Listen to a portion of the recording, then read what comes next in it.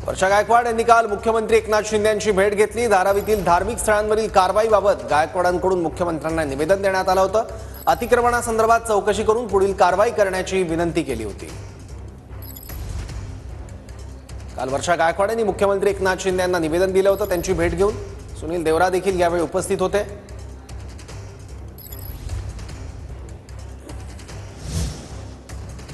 मुंबईचे अतिरिक्त पोलीस आयुक्त धारावीत दाखल झाले आहेत। खासदार वर्षा गायकवाड धारावी पोलीस ठाण्यात दाखल झाले आहेत आणि पोलिसांशी ते आता संवाद साधतायत। तर ठाकरे गटाचे पदाधिकारी देखील काही वेळापूर्वी घटनास्थळी दाखल झाले। खासदार वर्षा गायकवाड या धारावी पोलीस स्टेशनमध्ये दाखल झाले आहेत। आणखी माहिती घेऊ, आपले प्रतिनिधी गिरीश गायकवाड आता आपल्यासोबत आहेत। गिरीश, काय चर्चा नेमकी होते ठाकरे गटाचे पदाधिकारी वर्षा गायकवाड आणि पोलीस प्रशासनामध्ये?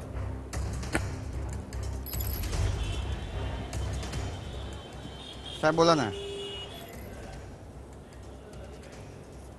गिरीशकडून आपण आणखी माहिती जाणून घेण्याचा प्रयत्न करणार आहोत, पण तुर्तास हे महत्त्वाची अपडेट। मुंबईचे अतिरिक्त पोलीस आयुक्त धारावीत दाखल झाले आहेत। स्क्रीनवरची दृश्य आहेत धारावी पोलीस स्टेशनच्या बाहेरची। मोठ्या संख्येने मुस्लिम समाज बांधव पोलीस स्टेशन बाहेर जमले आहेत। काही वेळापूर्वी धारावीमध्ये कारवाईसाठी गेलेल्या बीएमसीच्या पथकाला रोखण्यात आलं होतं। गाडीच्या काचा फोडण्यात आल्या होत्या। धारावी परिसरातील मशिदीचा अवैध भाग पाडण्यावरून तणाव। मुंबई पालिकेचं पथक अवैध भाग पाडण्यासाठी सकाळी दाखल झालं। बीएमसीचं पथक आल्यानंतर काही लोकांनी त्यांना अडवलं। जमावाने बीएमसीच्या वाहनाच्या काचा फोडल्या। जमावातील काही लोकांनी धारावीतील रस्ता अडवला। पोलिसांनी तत्काळ घटनास्थळी धाव घेत बंदोबस्त वाढवला। पोलिसांची स्थानिकांशी चर्चा सुरू, मार्ग काढण्याचा प्रयत्न। तर मुंबईचे अतिरिक्त पोलीस आयुक्त धारावीत दाखल झाले आहेत। आपले प्रतिनिधी गिरीश गायकवाड आता आपल्यासोबत आहेत। गिरीश, धारावी पोलीस स्टेशनच्या बाहेर नेमकं काय चित्र आहे ते तू काही वेळापूर्वी दाखवलं। पोलीस स्टेशनमध्ये आता काय घडतंय? वर्षा गायकवाड दाखल झाल्याचं कळतंय।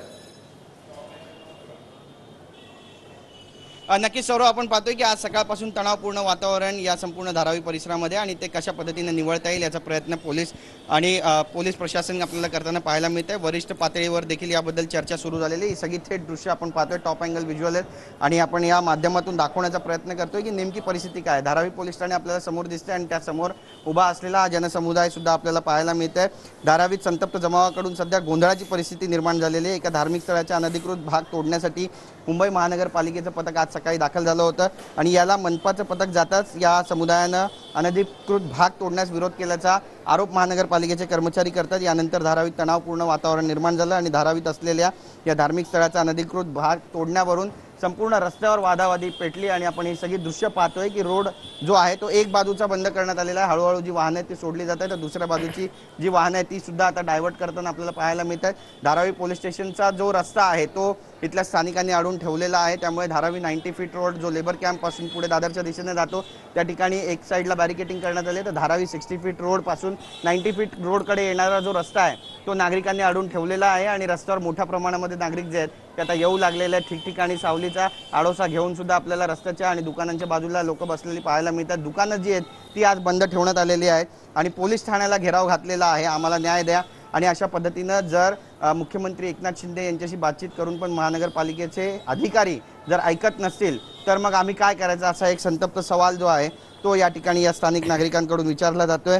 सगळ्यात महत्त्वाचं म्हणजे वर्षा गायकवाड काही वेळापूर्वी धारावी पोलीस ठाण्यामध्ये दाखल झालेले आहेत आणि या सगळ्या जनसमुदायाला समजावण्याचा जो प्रयत्न आहे तो सुद्धा या ठिकाणी केला जातो अशी माहिती मिळते।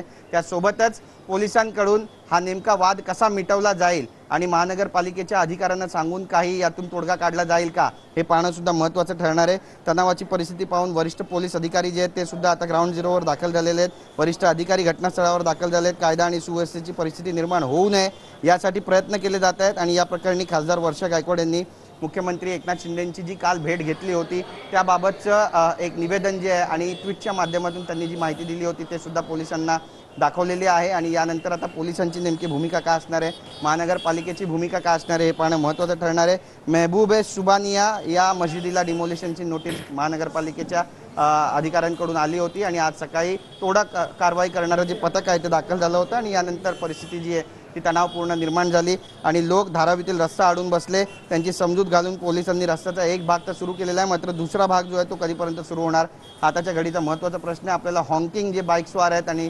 वाहन चालक आहेत त्यांची स्पष्टपणे या ठिकाणी ऐकायला मिळते आणि पोलीस बंदोबस्त या संपूर्ण परिसरामध्ये वाढवावा की नाही याबद्दल देखील आता विचार विमर्श सुरू आहे। पोलीस लोकांची चर्चा करतायत, माग काढण्याचा प्रयत्न करतायत। अनेक वर्षांपासून धार्मिक स्थळावर अनधिकृत बांधकाम करण्यात आल्याचा आरोप होतोय, परंतु हे अनधिकृत बांधकाम तोडण्यास विरोध सुद्धा केला जातोय। लोकांचं असं म्हणणं आहे की धार्मिक स्थळाच्या ठिकाणी रस्त्यावर बसून लोक नमाज पढत होते, त्यामुळे धार्मिक स्थळाचा एक माळा जो आहे तो वाढवण्यात आला। लोकांना त्रास होऊ नये यासाठी अशा पद्धतीचं बांधकाम करण्यात आलं, पण संपूर्ण धारावीमध्येच अनधिकृत बांधकामाचं पेव फुटलेलं आहे। कुणी 4 माळे बांधलेत, कुणी 3 माळे बांधलेत, मग त्यावर कारवाई का होत नाही असा संतप्त सवाल सुद्धा नागरिकांकडून पोलिसांना आणि महानगरपालिकेला विचारला जातोय। आणि हेच मूळ कारण आहे की आता जनता रस्त्यावरती आलेली आहे, कुठेतरी निवडणुका जवळ आहे, त्यामुळे धार्मिक राजकारण केलं जातं असा थेट आरोप सुद्धा अप्रत्यक्षरित्या तो नागरिकांकडून केला जातोय, राजकारण्यांकडून केला जातोय। आणि ठीक आहे गिरीश, तू सोबत राहा, सगळे अपडेट्स तुझ्याकडून जाणून घ्यायचे आहेत।